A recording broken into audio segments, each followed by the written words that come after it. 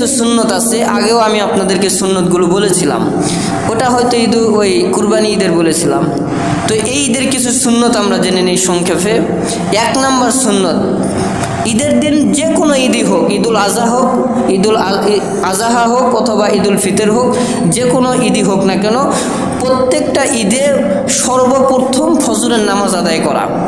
ফজরের নামাজ আদায় করা এটা প্রত্যেকটা মুসলমানের উপরে ফরজ, কিন্তু ঈদের দিন ফরজও আছে, এরপরে আদায় করা আবার সুন্নত, রসুলের সুন্নত আদায় হবে, এটা সুন্নতের কাতারেও পড়ে, কিন্তু ফরজ আপনার আলাদাভাবে আদায় হয়ে যাবে।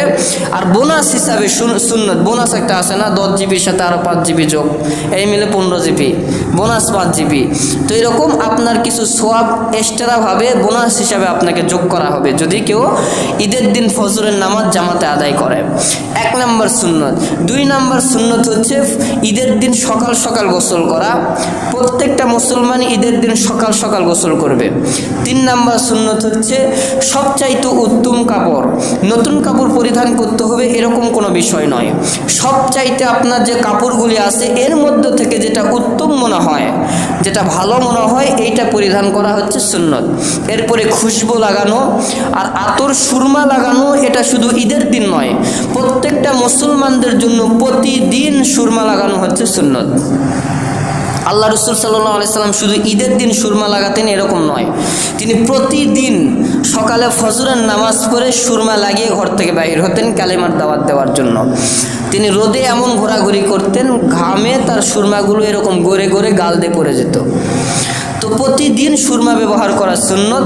তো ঈদের দিনেও সুরমা ব্যবহার করে ঈদগাহে যাওয়া সুন্নত। ঈদগাহে যাওয়ার আগে সর্বপ্রথম ঈদুল ফিতরে মিষ্টি মুখ করে যাওয়া সুন্নত, খেজুর অথবা খুরমা। খেজুর খাওয়া সবচাইতে উত্তম, হাদিসের ভিতরে এসেছে খেজুরের কথা। যদি খেজুর না থাকে তাহলে যে কোনো মিষ্টি জাতীয় জিনিস খেয়ে তারপরে ঈদগাহের ময়দানে যাওয়া। ঈদগাহের ময়দানে যেই রাস্তা দিয়ে যাওয়া এবং এই রাস্তা ব্যতীত অন্য রাস্তা দিয়ে আসা হচ্ছে সুন্নত। যদি আপনার ঈদগাহে যাওয়ার 2-3টা রাস্তা থাকে তাহলে এক রাস্তা দিয়ে যাবেন, আর আসার সময় ওই রাস্তা দিয়ে না এসে ভিন্ন আর একটা রাস্তা দিয়ে আসবেন। আর যদি এরকম কোনো ঈদগাহ ময়দান হয় যে একটাই রাস্তা, 2টা কোনো রাস্তা নেই, তাহলে সেই ক্ষেত্রে আপনি একটা রাস্তার এই সাইড দিয়ে দেন সাইড দিয়ে যাবেন, আসার সময় বাম সাইড দিয়ে আসবেন, যদি একটা রাস্তা হয়। আর যদি 2-3টা রাস্তা থাকে তাহলে অন্য ভিন্ন রাস্তা দিয়ে আসবেন। ইসলামের সড়কের